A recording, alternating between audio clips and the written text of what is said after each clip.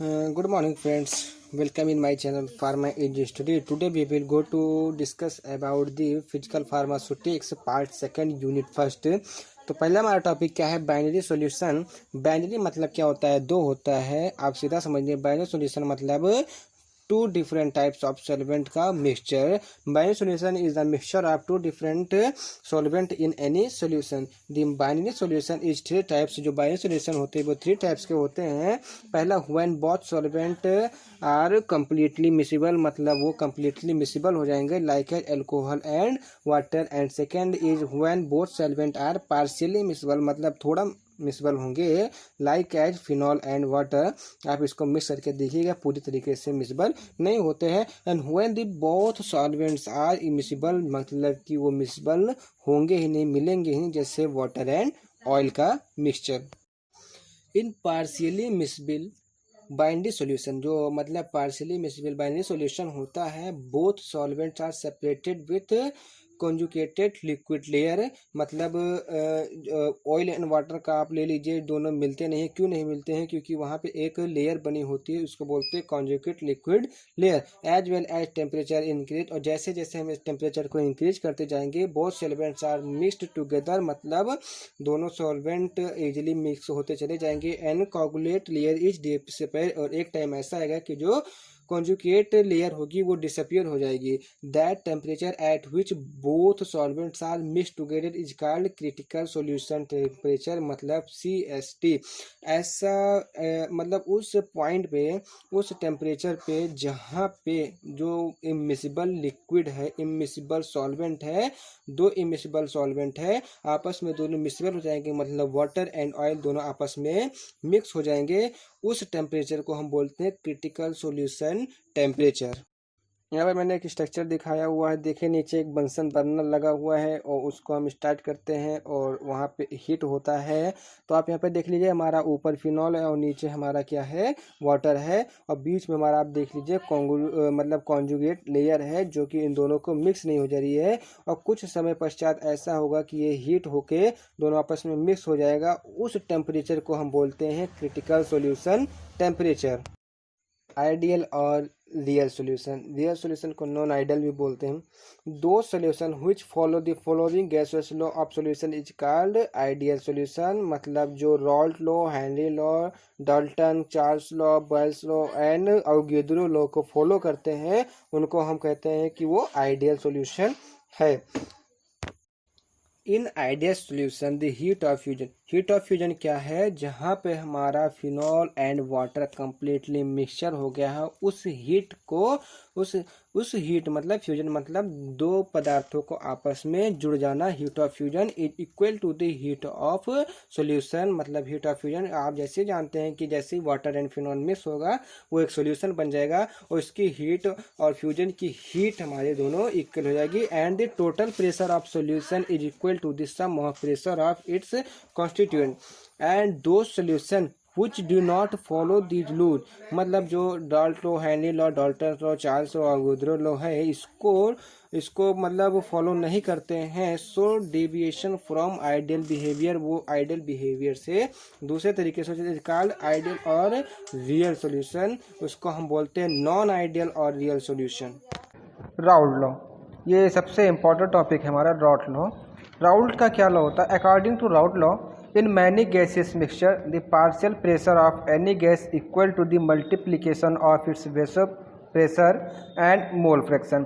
इसका कहने का मतलब क्या है कि जो गैसियस मिक्सचर में जो उसका पार्शियल प्रेशर होता है, मतलब प्रारंभिक दाब जो होता है, वो वेपर प्रेशर और मोल फ्रैक्शन के घनत्व या मल्टीप्लिकेशन के बराबर होता है. मतलब vapour pressure into mole fraction is equal to partial pressure. और the partial pressure of each component in a solution is equal to the mole fraction. मतलब जो सॉल्यूशन का उसका पार्शियल प्रेशर होता है वो मोल फ्रैक्शन के बराबर होता है. The component and the vapour pressure of the pure component, मतलब जो उसका वेपर प्रेशर होगा वो एकदम प्योर कंपोनेंट का होगा. तो देखते हैं, pressure of solution is equal to pressure of solvent into mole fraction of solvent. Okay, अब देखते हैं कि वेपर प्रेशर होता क्या है हमारा. The pressure exerted by the gas in equilibrium with a solid or liquid in a closed container at a given temperature is called vapor pressure। मैं आपको सीधा सीधा इसका एग्जांपल दिखा रहा हूँ कि आप एक बर्तन में पानी रख दीजिए गर्म होने के लिए, उससे ऊपर उसको ढक दीजिए। कुछ देर के बाद आप देखेंगे तो उसमें से जो गैस निकलती है, जो वेपर निकलते हैं, वेपर मीन्स होता है बुलबुला, वही बुलबुले का जो प्रेशर है, उस वाष्प को निकलने की जो इसकी गति है उसी को बोलते हैं वेपर प्रेशर या वाष्प दाब। अब इसमें दिखा रहे देखिए, according to the Dalton law, मतलब डाल्टन लॉ के हिसाब से in many gaseous mixture the total pressure of gaseous mixture, मतलब जो गैसियस मिक्सचर है उसका total pressure is equal to the sum of partial pressure of all gases. इनका कहने का मतलब क्या है कि जो गैसियस मिक्सचर का पूरा टोटल प्रेशर है वो पार्शियल प्रेशर के बराबर होगा। एग्जाम्पल है, suppose in any gaseous container gas A, gas B and gas C are present.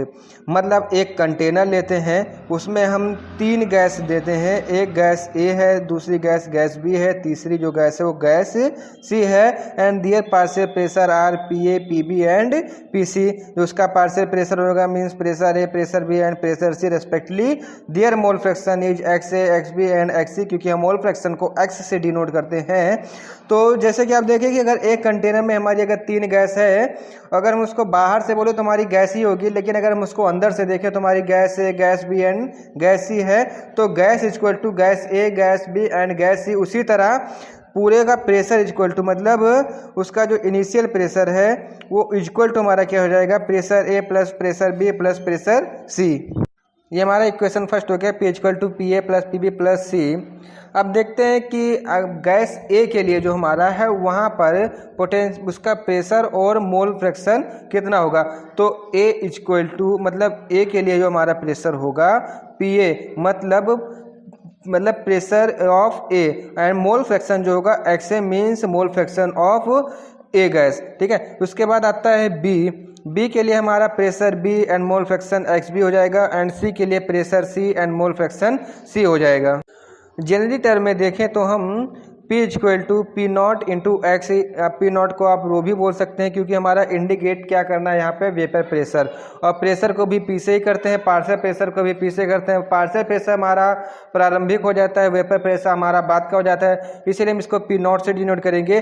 P equal to partial pressure, P naught equal to vapour pressure and X equal to mole fraction. उसी तरह P A equal to P naught A into mole fraction A, P B equal to P naught B into mole fraction B, P C equal to P naught C into mole fraction C. Now put the value in equation. First हम पहले equation में इसकी सारी की, मतलब P A, P B, P C की value fill कर देंगे। तो जब हम P A, P B, P C की वैल्यू फिल करेंगे तो P equal to P naught A into mole fraction A plus P naught B equal to mole fraction B plus P naught C into mole fraction C. ये हमारा क्या हो गया, ideal solution. सो इससे हम देख सकते हैं कि P is less than P naught A into mole fraction A plus P naught B into mole fraction B plus P naught C into mole fraction C in negative deviation, मतलब ये negative deviation में। But in positive deviation में हमारा क्या होगा, P is greater then, मतलब जो हमारा प्रेशर होगा वो हमारा तीनों गैसों के प्रेशर से बड़ा होगा। P naught A into mole fraction A plus P naught B into mole fraction B plus P naught C into mole fraction C, हमारा ये पॉजिटिव डेविएशन में आ जाएगा। फॉर हीट सॉल्यूशन, मतलब गर्म सॉल्यूशन के लिए total pressure equal to the sum of multiplication of vapour pressure and mole fraction, जो कि हमारा क्या राउल्ट का लॉ बताता है। ठीक है, total pressure equal to vapour pressure into mole fraction. If the total pressure is less than sum of all pressure then it is called, मतलब अगर टोटल प्रेशर जो हमारा है वो कंटेनर में स्थित या उपस्थित तीनों गैसों के वेपर प्रेशर से कम है तो ये क्या कहलाएगा, नेगेटिव डेविएशन कहलाएगा। और if the total pressure is greater than sum of all pressure then it is called the positive deviation. अब बात आती है नॉन आइडियल सॉल्यूशन की। A non ideal solution is a solution that does not follow the rules of an ideal solution, इसका मतलब क्या है? Ideal solution का हमारा मेन टॉपिक क्या था, मतलब मेन मतलब क्या था? Heat of fusion is equal to heat of solution and total pressure of solution is equal to sum pressure of its constituent. तो ये यहाँ पर फॉलो नहीं होगा। Where the interaction between the molecules are identically, बहुत ही ज़्यादा close होगा to the interaction between molecules of different component. Partially miscible liquid, इससे पहले हमको समझना होगा कि मिसिबल लिक्विड क्या होता है। Miscible liquid refers to the ability of a liquid to complete dissolve in another liquid solution, मतलब एक सॉल्यूशन का दूसरे सॉल्यूशन में पूरी तरह से डिजॉल्व हो जाना, ये हमारा मिसिबल लिक्विड होता है। बट यहाँ पे पार्शियल की बात कर रहे हैं। पार्शियल का मतलब होता है थोड़ा सा कम, या तो कभी कभी हो जाना या कभी कभी नहीं होना। मतलब कभी कभी नहीं बोल सकते हैं कि थोड़ा होना थोड़ा नहीं भी होना। ये अब जैसे बात आती है कि हमारा वाटर एंड ऑयल है, ठीक है, ये तो हमारा नॉन मिसिबल है, एकदम non miscible. But water and phenol हमारा क्या है? ये पार्शियली मिसिबल है।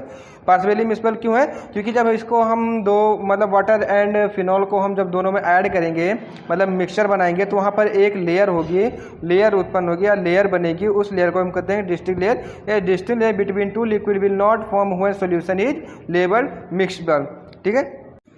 अब बात आती है पार्शियली मिसिबल लिक्विड की। There are number of liquid which are not complete dissolve into each other but dissolve to certain extent. मतलब इसका कहने का मतलब, आप एग्जांपल देखिए, ईथर है, ether dissolve in water up to extent about 1 to 2%। Ether का जब 1 से 2% पार्ट लेंगे और उसको वाटर में डिजॉल्व करेंगे, मतलब या 1 या 2 ml लेकर उसको 100 ml में डिजॉल्व करेंगे तो डिजॉल्व हो जाएगा। और वहीं अगर हम वाटर को ईथर में डिजॉल्व करना चाहें तो 6.5% हमको वाटर लेना पड़ेगा 100 ml ईथर में मिसिबल करने के लिए। इसी को बोलते हैं partially miscible liquid. Upon shaking at 2 layers, मतलब जब हम उसको सेक करेंगे तो उसमें हमको 2 लेयर मिलेगी। ईच लेयर सैचुरेटेड सॉल्यूशन, मतलब प्रत्येक जो लेयर मिलेगी वो saturated solution with other liquid. Such solution are called conjugated solution. The solubility of such solution is affected by temperature changes. आप जैसे जानते हैं कि अगर उसको हम वहाँ पे हीट पैदा कर देंगे या हीट बर्नर या बंसन बर्नर से हम उसको हीट दे देंगे तो मिक्सचर हो जाएगा, ठीक। एग्जाम्पल देख लेते हैं। If equal volume of phenol and water are mixed they show partial miscibility. मैं आपको बता चुका हूँ। It is observe that at room temperature phenol is dissolve in a lot of water give upper layer while water is dissolve in a lot of phenol gives lower layer. मतलब जो phenol होगा वो हमारा ऊपर आ जाएगा और जो water हमारा होगा वो नीचे आ जाएगा। आप देख सकते हैं, मैं आपको यहाँ पर एक फिगर दिखा रहा हूँ। जो आप देख सकते हैं ब्लैक कलर का, जो ब्लैक पेन से मैंने वेपर बनाया हुआ है वो वाटर है, और जो मैंने ब्लू से बनाया हुआ है वो फिनॉल है। बट ये किस कंडीशन में? रूम टेम्परेचर के कंडीशन में। रूम टेम्परेचर कितना होता है? 25 डिग्री सेंटीग्रेड। बट अगर हम उसको हीट करेंगे तो क्या होगा कि दोनों आपस में एक हिसाब से बोल देते हैं कि मिल जाना या छितरा जाना। ब्लू फिनॉल और ब्लैक वाटर, आप इसमें देख सकते हैं कि कोई कहीं भी फिनॉल नीचे है, कहीं वाटर नीचे है, तो इसी तरह से ये पार्शियली मिसिबल हो जाते हैं।